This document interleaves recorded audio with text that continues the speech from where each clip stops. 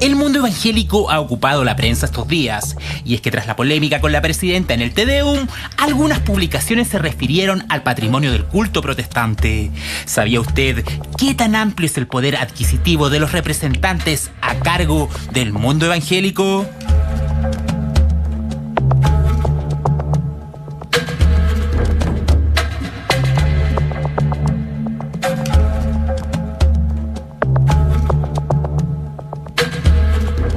Fueron al menos 3 los medios de circulación nacional quienes informaron sobre el patrimonio del segundo culto más popular a nivel mundial. ¿Sabía usted que, por ejemplo, el patrimonio en posesiones de 2 de los cabecillas evangélicos llegan a sumar la no despreciable suma de 1.800 millones? Datos como estos fueron investigados a fondo por medios como La Tercera o El Mercurio. En Chile existen 3.200 entidades reconocidas y varias de ellas registran propiedades y acciones en la bolsa. Algo que sorprende si se tiene claro que esto permite que iglesias como la del Nazareno registre 19 dominios con un valor fiscal de 701 millones de pesos, o que la Corporación Iglesia de los Adventistas figure con 61 posesiones a su nombre, tanto para el uso habitacional como de culto, porque están avaluadas en más de 1.197 millones de pesos. ¿Sabía usted además que el mundo evangélico posee más de un centenar de radios repartidas por todo el país? Eso sin contar los 2 canales de televisión y los espacios de comunicación subarrendados. Y si hablamos de aportes fiscales, ¿qué le parece el hecho de que, si bien no existe una política estatal, las iglesias evangélicas pueden postular a fondos de gobierno para proyectos sociales? Así que, sumando y restando, los aportes subvencionados por el Estado superan los 3.500 millones de pesos desde marzo de 2014. En cuanto a los particulares, La Tercera hizo referencia a las propiedades del obispo Eduardo Durán Castro, quien encabeza el Concilio Nacional de Iglesias Evangélicas, y su hijo, el diácono Eduardo Durán Salinas, quien es candidato a diputado por RN y quien pronunció el cuestionado discurso en el Te Deum que tanto incomodó a la presidenta Bachelet.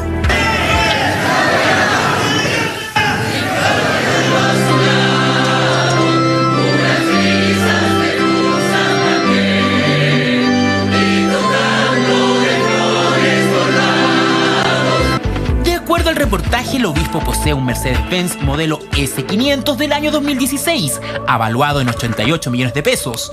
Además, posee 5 propiedades por un total de 60 millones, 14 propiedades habitacionales en Viña del Mar, Las Condes, Providencia y Algarrobo, solo por mencionar algunas, 9 estacionamientos y 4 bodegas por la no despreciable cifra de 985 millones de pesos en avalúo fiscal, y que comercialmente puede llegar a ser el doble. Y también otros 6 vehículos, mientras su hijo no se queda atrás, porque es propietario de 5 bienes raíces por 815 millones de pesos en avalúo fiscal, y su estrecha relación con Sebastián Piñera y el mundo empresarial lo han mantenido en el ojo del huracán. Hola Chile evidentemente intentó conversar con los involucrados, quienes a través de un representante de comunicaciones entregaron esta declaración. Estimados amigos del Matinal, agradezco el interés de la producción del programa por conocer la otra parte de una nota publicada en un diario de circulación nacional y que dice referencia al patrimonio de algunas entidades evangélicas. Desafortunadamente, y pese a los intentos por lograr una versión oficial, la Dirección de Comunicaciones del Concilio Nacional de Iglesias determinó no hablar del tema. De la misma forma, entidades como la Mesa Ampliada y el movimiento de impulsar a un grupo de candidatos no aceptaron ser entrevistados para referirse al tema. Conforme a lo expuesto, hago presente mis disculpas por este complejo contexto en el que todos los voceros gestionados declinaron hablar sobre el tema. ¿Qué piensa usted de lo sucedido? ¿Está de acuerdo con el destape en el patrimonio de los cabecillas de la segunda iglesia más importante a nivel mundial?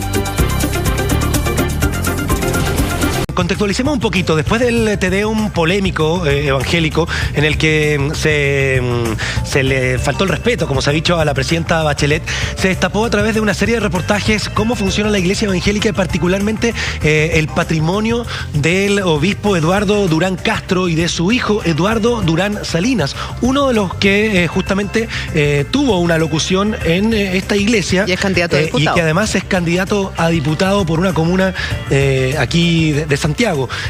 Álvaro, preguntarte cómo funciona la iglesia evangélica en cuanto a la recaudación de dinero.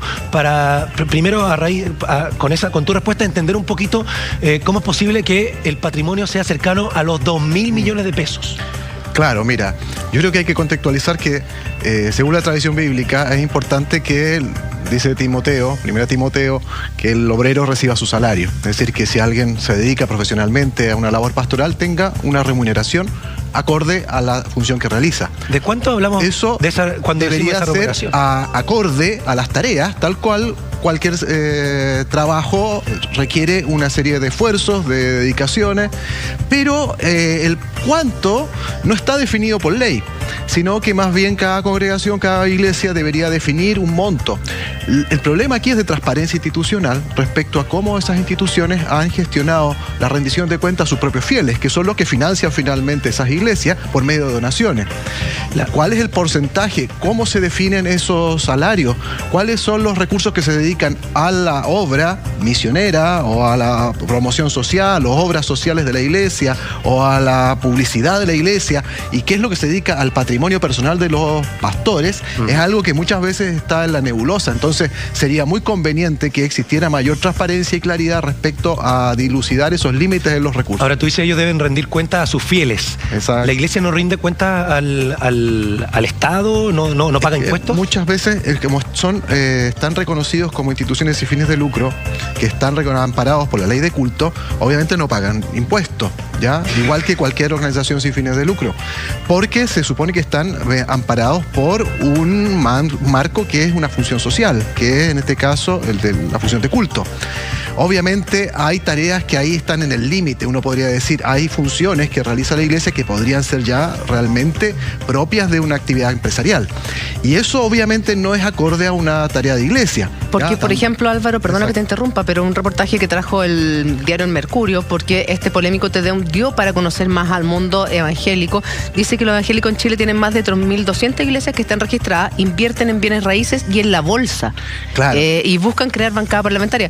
La bolsa, si uno invierte en la bolsa, exacto, es para generar recursos, intereses, un mercado totalmente dinámico en donde se puede ganar y donde se puede perder. No es estar jugando con la plata de los feligreses. Estimulando, y además yo creo que es romper algo que Michael Worcel habla en teoría política de las esferas de la justicia. Hay esferas que deben estar en el mercado y esferas que están fuera. Exacto. En este caso es la religión. La religión no puede ser algo que se pueda transar y vender, porque eso en la tradición bíblica se llama simonía. Pero no solo estamos hablando de los evangélicos, también Exacto, estamos hablando del Vaticano, el Banco del Vaticano. Eso es simonía. Simonía es que tú tienes la pretensión de comprar lo sagrado. Cuando tú tratas de comprar lo sagrado con dinero, eso no está rechazado en Hechos de los Apóstoles, ¿ya? Ahora, lo que llamó la atención, Álvaro, y que generó en el fondo el revuelo, es cuando se da a conocer el patrimonio del obispo, no el de la iglesia, sino Exacto, su patrimonio personal del obispo Eduardo Durán Castro. Tiene un Mercedes-Benz modelo S500, que es un cañón, del año 2016, y que vale 88 millones de pesos. Tiene 5 propiedades por 60 millones de pesos. Estamos hablando del avalúo fiscal, Generalmente el avalúo comercial es casi el doble de las propiedades, por lo menos. 14 propiedades habitacionales tiene en Viña del Mar, Las Condes, Providencia y Algarrobo, entre otras, y que tienen un avalúo fiscal de 1.970 millones de pesos, que eso podría ser perfectamente 2.500, casi 3.000 millones de pesos en comercial. Es muchísimo, muchísimo dinero, ni aunque uno como un mortal trabajara toda la vida llegaría a tener esa cantidad de plata. Esto en otras partes del mundo también es común que los obispos tengan un patrimonio tan, pero tan abultado. Claro, lamentablemente sí, y no es algo bueno. Obviamente que hay muchos telepredicadores norteamericanos que se mueven en aviones charter todo el tiempo, que tienen mansiones de lujo en Beverly Hills, que tienen grandes mansiones en Miami, que tienen una vida de lujo increíble. El mismo antiguo pastor, el hijo de Jimmy Swaggart, que estuvo ahora en el TDEUM, también se mueve en ese tipo de prácticas. Pero no es como inconsecuente. Es totalmente inconsecuente, y eso obviamente, por eso yo citaba Hechos de los Apóstoles, donde está este relato donde este Simón el mago es un personaje que aparece en ese relato, trata de comprar el don del Espíritu Santo a Pedro. Y Pedro lo rechaza y le dice: eso no se puede comprar, no se puede vender, esto está fuera de la esfera del mercado. Y eso es justamente lo que aquí se mezcla. Uno no puede decir que el pastor Durán haya vulnerado la ley, eso tendrán que definirlo los tribunales. Lo que sí es que se puede decir es que no tiene las competencias profesionales para poder haber acumulado ese tipo de recursos, porque no tiene una formación profesional, por ejemplo. Entonces, uno tiene que hacerse la pregunta de dónde salieron esos recursos, si está dedicado fundamentalmente a su iglesia. Entonces, ahí habría que establecer de cara a sus propios fieles un proceso de accountability, de transparencia, de rendición de cuentas respecto a lo que él ha logrado acumular. ¿Sabes lo que me pasa a mí, Álvaro? También quiero ser justa, porque acá estamos hablando de la iglesia evangélica, pero hay casos también de otras iglesias. Exacto. O sea, no hay que personificarlo solo en la iglesia evangélica. No. Yo me acuerdo cuando chica, siempre me impactaba y me llamaba mucho la atención un sacerdote de una iglesia católica que andaba en un Volvo del año, un auto lujosísimo, con un Rolex de este porte, con zapatos que costaban, zapatos británicos, que costaban 200.000 pesos el par. Y bueno, además de encontrarlo tremendamente consecuente con el discurso, él lo que decía que eso eran donaciones que le hacían a él de manera personal, porque atendía a ciertas familias con mucho dinero.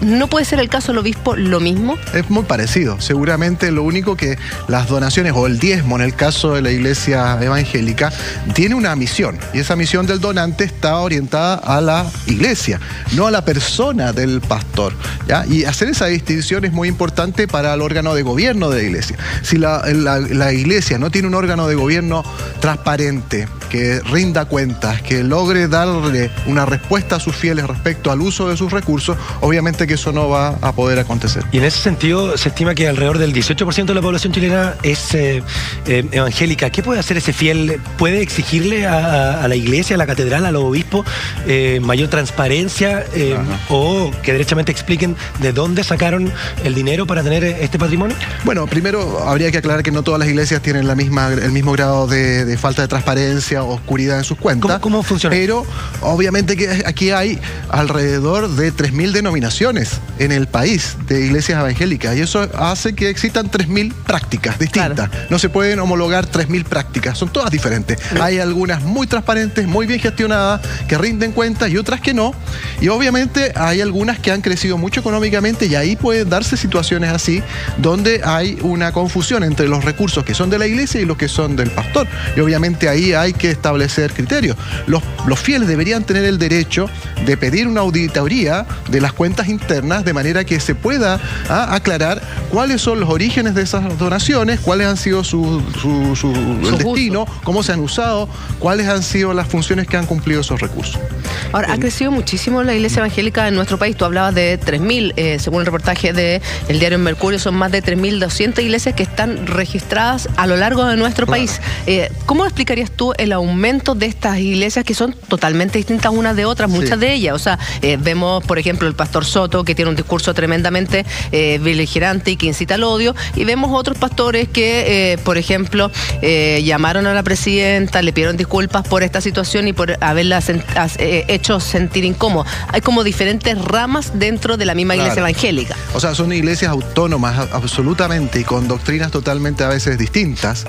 Y además, el que haya más número de iglesias no quiere decir que haya más número de fieles, porque puede que una misma iglesia, una misma denominación, se quiebre en 2 o 3 nuevas corporaciones con personalidad jurídica propia. Entonces, la demografía religiosa muestra un aumento de censo en censo del mundo evangélico, pero relativamente lento y que está creciendo. No tan explosivo porque no tiene relación la cantidad de iglesias con la cantidad de fieles. Y en cambio el número de iglesias aumenta mucho porque se van fragmentando.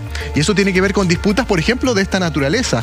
¿Cuál ha sido el uso de los recursos? Y justamente cuando hay un problema de gestión de recursos, lo que normalmente ocurre es que la institucionalidad de la iglesia no aguanta y se quiebra y se forma una nueva corporación. Como por ejemplo cuando murió el pastor Vázquez, que era el papá de Sarita Vázquez, que se suponía que el hermano Sarita tenía que continuar con esta iglesia, se mete otro pastor. Y finalmente quedó Vázquez, porque el que era el sucesor natural del pastor gobernante de la Catedral Evangélica de Jotaveche no asume el cargo. Entonces, ese tipo tipo de disputas generaron una nueva iglesia con nueva personalidad jurídica. Pero Álvaro, en ese sentido, vemos casos de que han explotado en Estados Unidos de pastores que, tal como decías tú, viven una vida de ricos y famosos con la plata que le dan sus feligreses. ¿En Chile también podría pasar lo mismo? Exacto, yo creo que está pasando. Ahora lo vemos en este caso de manera bastante clara.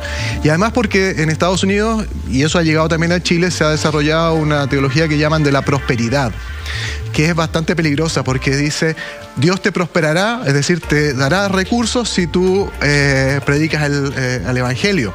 Pero eso es de manera intencionada manipulado para poder justificar la acumulación de estas riquezas. Entonces, es muy raro que se predique esta teología de la prosperidad tratando de justificar, legitimar que el pastor es muy rico porque Dios lo ha bendecido, cuando la verdad es que son donaciones de los fieles que han tenido otro destino. Entonces yo creo que ahí hay que tratar de investigarlo más. Es bueno que la sociedad tome en cuenta estos factores y que los propios fieles pidan Ahora, cuentas. una cosa es que sean cosas inconsecuentes, inmorales, le dirán algunos, pero tú ves en algo de estas investigaciones que han salido en torno a ciertas iglesias y cultos evangélicos, ¿ves algo ilegal, algo que amerite ser constitutivo de delito y ser investigado? Yo creo que ahí, obviamente que las donaciones en una organización como una iglesia pueden ser objetos de control por parte de los miembros de esa corporación. ¿Ya? Y por lo tanto, yo creo que si hubiera voluntad, sobre todo de los directorios de las corporaciones evangélicas, de poder auditar sus propias cuentas, podrían salir muchos casos de mal uso o malversación de fondos.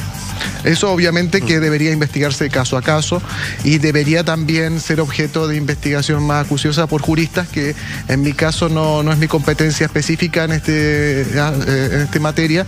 Yo creo que debería algún fiscal poder investigar respecto a los límites jurídicos de este tipo de prácticas.